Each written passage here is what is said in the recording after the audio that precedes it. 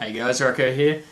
So yeah, we've got another request for an EIC clip today. So it's EIC Outrage, the war against terrorism. Let's have a look. I wonder if it's anything like the AIB one, Unoffended. This is EIC Outrage and my name is Azim Manatwala. Now I don't have any jokes to start with because on 13th November, this happened in Paris. Parisians enjoying their Friday evening were sitting ducks for the terrorists. Survivors described scenes of carnage that left scores dead. 130 people and counting were killed by terrorists.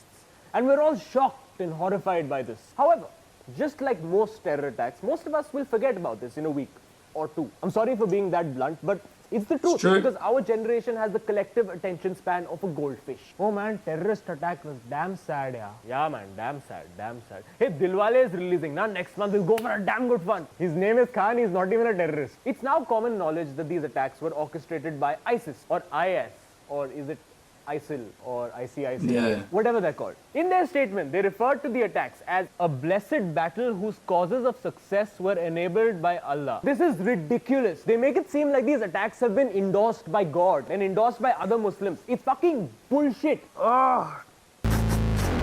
Yep, I fucking feel him there. In response to these attacks, the French President Francois Hollande had this to say. President Francois Hollande says France will be merciless against those behind the deadliest attacks in the country in decades. Sounds familiar, right? France is at war against terrorism. Our war on terror begins with Al-Qaeda. For as long as we can remember, there's been a war against Islamic terrorism. But where does that terrorism come from? Let's go back to the beginning. Between the 7th and 17th centuries, Islam was born and started to spread across the Middle East. It was widely embraced as a religion for two reasons. Number one, the Muslims had the largest military force in the world. We own your country now. Okay, would you like to try our religion? Is it compulsory? Well, not compulsory, but I have sworn. But at the same time, Islamic art, architecture and science was a revelation, and people actually saw Islam as a progressive religion. These buildings are damn nice, bro. It is not bro, it is bro-jan. You know, like Bhaijan, but cooler because we are hipster, you know. During this period, Muslims had no contact with the Western world. They actually thought the Western world was backward. These 1,000 years was sort of a golden era for Islam. But then, in the 18th century, armies from the West started conquering the Muslim states. And the Muslims took offense. Hey, how can you just walk in and take over my country, man? What's this? Oh, you mean the way you did 1,000 years ago? Touché. You have learned French. Very good, very good. With the Western influence, a majority of Muslims embraced a more progressive life. But others started to cling to their religion more fanatically. In their eyes, the West had stolen their empire and corrupted their society. That led to resentment, which led to the formation of radical Islamic groups. So now, how do radical Islamists work? You know, they're kind of like women's magazine, like an extreme version of Cosmo. You want 72 of these in the afterlife? Yeah. Well, you can't have them because you are ugly and fat. But you could get these if you shoot people in the name of God. And if you're bombarded with propaganda for long enough, you're going to start to believe it. You see this birth house? The US did it. But why would they do that? Because they are evil. Do you have proof? No proof. But I have sworn.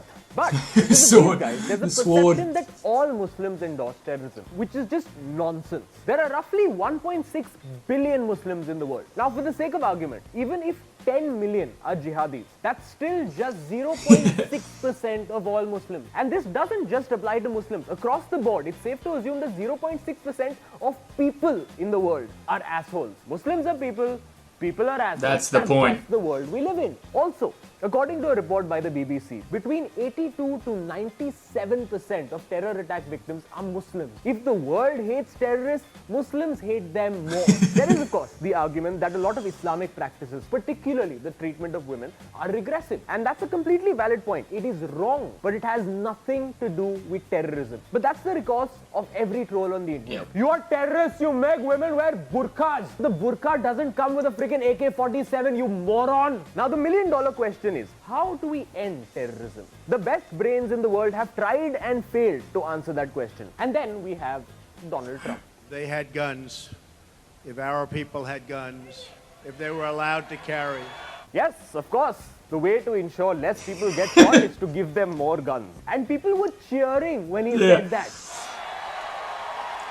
These are the guys whose solution to terrorism is, bro, let's just go kill them now, bro. Just bomb Syria, bomb Iraq, just fuck them, bro, fuck them. It won't work. Don't you get it? Terrorism, as we've already established, is born from resentment. Kill 1 million terrorists and you lose 1 million civilians in collateral damage. Which, by the way, now makes you the terrorist. If there were a legitimate solution to terrorism, we would probably have found it by now. Unfortunately, there will always be psychotic, megalomaniac assholes in the world. Assholes have been assholes since the dawn of time. We don't need a war against terrorism. What we need is a war against assholes. And absolutely. That's my outrage for today.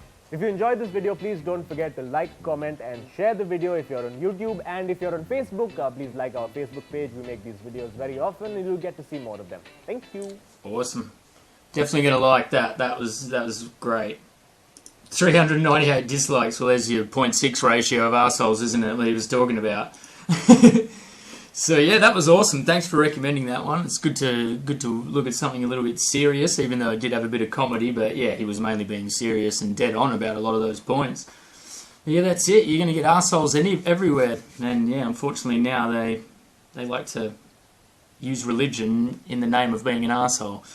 So yeah, hopefully they sort themselves out sooner or later. But it's going to get a whole lot worse, I think, before it gets better. Let us know what you think. It's a bit of a hot subject, so be careful, and see you for the next one. Cheers, guys. Since they wanna know.